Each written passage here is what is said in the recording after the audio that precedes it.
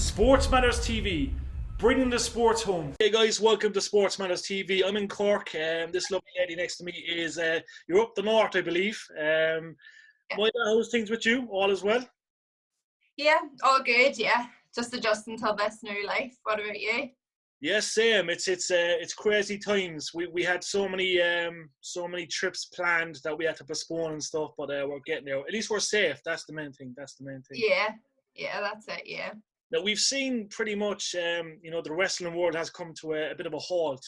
Obviously, the independent circuit, it's obviously taken effect. But how's things, like, obviously, have you got any word into, like, I know you wrestle all around Europe and stuff at the moment, but any word into where you might be back into action? Any talks of maybe returning November, December, or is it just all hush? No idea. I've heard a few things from promoters and they're kind of just like, yeah, when we're back, but no one knows when that's going to be. There was ones who were kind of planning stuff and then they'd cancelled again because they were getting too excited, and no one knows when we're going to be able to do shows again. So I think everybody's just decided just to wait and see. And speaking of your career so far, it's been incredible. We've seen you burst onto the scene, obviously making a huge name on the independent scene. How did wrestling start for you first day? Where did that love come from? I actually started watching wrestling when I was like really, really, really young, like to the point where I've like little memory. But then it kind of phased out as I got a wee bit older and went to secondary school. And then it was when I was like in my early 20s again, I rediscovered it, and I was like, I kind of like watched it still bits, like the big ones like the Royal Rumble and wee bits here and there. And then when I was in like my early 20s, I just rediscovered it, and I was like, oh my god, I'm obsessed. Yeah. And then like I obsessed over it for like 7 years before I even stepped into the ring. And what kind of wrestlers would have inspired you from the early days? Obviously, there was so many females back then, there was so many males, but would China and Lita and all these kind of people inspire you? Yeah, exactly. That was my two favorite growing up. China, and then eventually like I just became obsessed with Lita. Like me and my friend literally fought over who would get to be Lita, so we had to make up that Lita had a twin sister, so then we'd take turns of like who got to be Lita and then who got to be her twin sister Lisa. I don't know, that's what her name was. So that's how we had to work it out, because we literally just both love Lita so much. Madness. And how did the whole wrestling career come about? Obviously, we've seen schools across the country and across the UK open up. Where did you get the courage to make that first step into pro wrestling? So I did a lot of dancing, and I remember I had this big competition and I worked so hard, like I mean so hard for it. And after the competition we'd won, and I was like, that's what I thought I wanted. And my friend turned around to me and was like, right, so you won, like are you happy? Is that? And I was just like, I feel the same. And then I think on that day I like registered, like there's something missing in my life, like there's something more I'm supposed to be doing, like I'm not just meant to be a teacher. And then I literally like racked my brain every day. What is it? But at the same time, I was watching wrestling and it never like clicked. And then I think deep down I knew I wanted to do it, but I didn't know it was an option. And I didn't know there was like the indies or anything at this time, because I didn't have any friends that like wrestling. It was just me. Like I was a female in her 20s. Like there was no other girls who like were watching it. So it was just me, and I just knew there was WWE and I didn't think of anything else. And then it kind of like started like getting the idea, and I was like, oh, but how do I do it? Can I even do that in Belfast? Like, is there a school? And then I remember like researching loads of schools, and no one got back to me, and it was like months and months. And then it was the week before I was going to Florida for WrestleMania, and I got a message, and it was like, oh, we're so sorry. Yes, there's a school come. And then I was like, oh, no. And then I was like, okay, I'll wait. I'll go to Florida, and then I'll come back. And then I just put it off, and then I went to a WWE live event, and I remember just having goosebumps and tears in my eyes, and I was like, I need to do this. And then I literally went training the next day. And how did you find the training? Obviously you can't fake wrestling. Wrestling is it's I've heard about the bumps, I've heard about the life-changing injuries, you know what I mean, the high risks. How did you find the training from the start?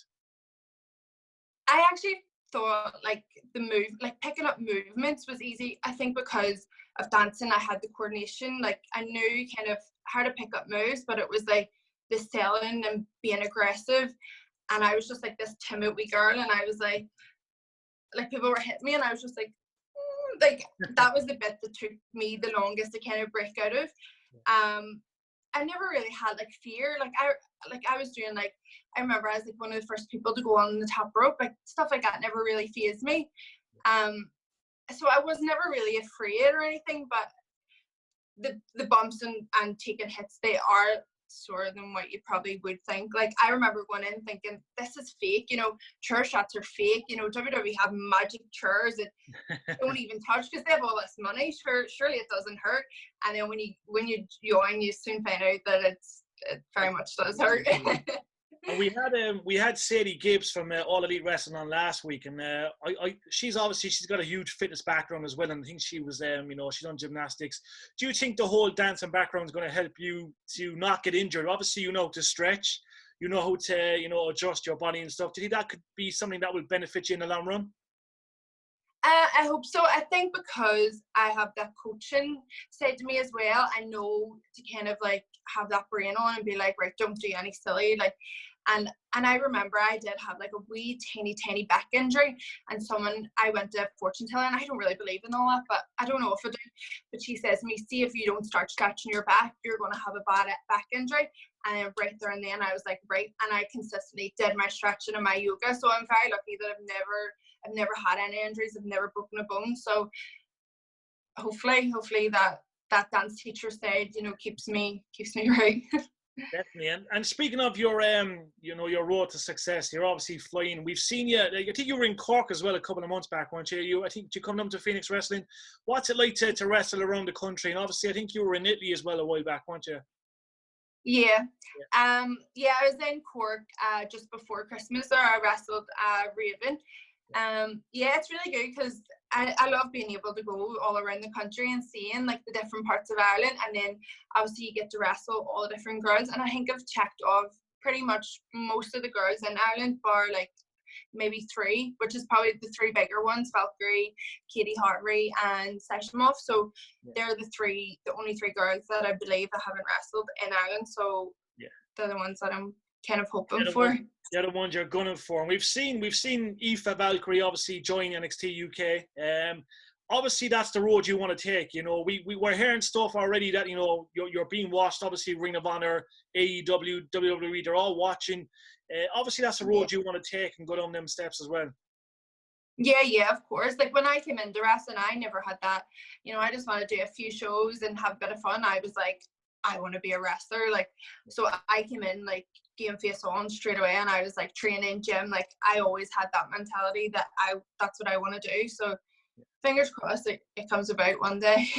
Well, I think it will. And as you say, how important do you think independent wrestling is to the world and all the fans? Because we to this day we see so many incredible independent wrestlers that don't want to join the big organizations and just kind of stay independent. But how important do you think independent wrestling is to the wrestling fans? Yeah, it's so important because there is that more of a connection and a bond, because you are more up close with the wrestlers, and you do kind of get to connect more with them. So it is a different feel than the WWE shows, as much as they're amazing, of course. But the independents, they are like their own wee thing. Like they're so much more intimate and a nice like atmosphere. So it is important for the fans. Yeah. And for the wrestlers, of course, because it gives us the experience as well. Most definitely. And speaking of your fan base, we know we follow you on Instagram and on Twitter. You've got a nice little fan base.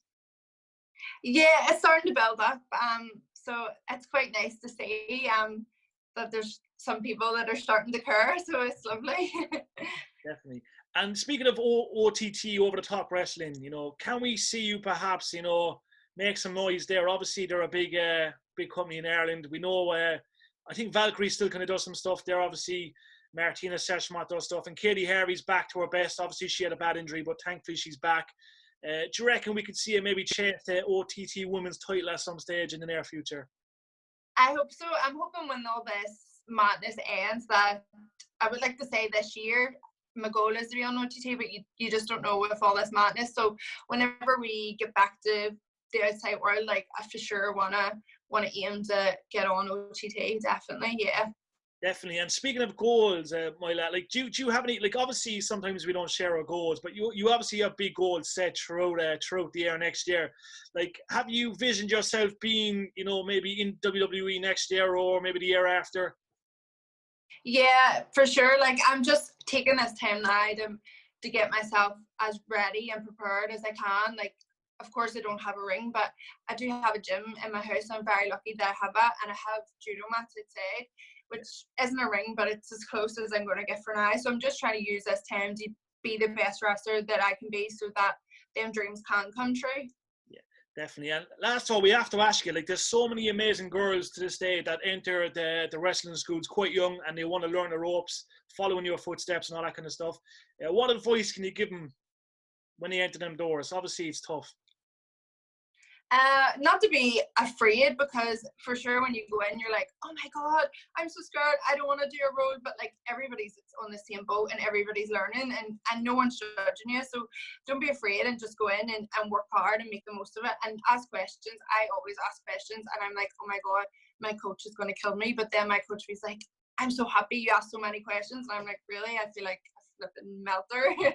They're like, no, I love it. So yeah, that's just it. And travel and do as many seminars as possible. Like, anytime I have money, I always try and go over to England and go and coach, or be coached by someone new, just because it's good. You pick up different things and you meet new people. So I definitely think that's a big one. Did you ever get starstruck? You know, you've obviously wrestled so many people, and you know, you've met people. Did you ever get starstruck? When I met Pac, literally it was his first show after WWE. And you know how you go around, you do the handshakes, and I was like, I can't do it. That's never, like, I can't do it. And then my boyfriend was like, look, I'll take you up. Like, this was at the end. I was like, the whole day, like, I need to do it. Like, I'll kick myself if I don't. And he's like, I'll bring you up at the end. And then everybody was saying bye. And he was like, all right, see you later. And I was like, hiya. And then he was just kind of like, what? And I was like, oh my God. So I don't know why, out of all people, but he is the one who got me, I think, because I'd watched him so much, and then he was just fresh off TV, and I was like, and I had like one match at this point, so I was still pretty new, so I was like, oh my God, there's never. Yeah, Pac is crazy. We met him in Cork. He's got that stare as well. You don't know how to approach him enough, but obviously he's just a great guy in general. But we're going to follow your journey throughout. No doubt we're going to see you back in Cork, maybe to wrestle Raven again, or some of the superstar. And it's been a pleasure watching your journey so far. We can't wait to watch you go all the way to. I think we said it last week. You know, we're predicting a big move to WWE for you in the next year or two, unless you go to AEW or somewhere. But that's always going to be your choice. But it's a pleasure so far, and we're looking forward to keeping everyone updated on all the news about you. So thank you. Yeah. Thank you so much. It was so nice speaking to you. Anytime, and we'll see you soon. Stay safe. Tell all the family we said hello, and we'll catch you very soon. You too. Bye. Right, see you soon.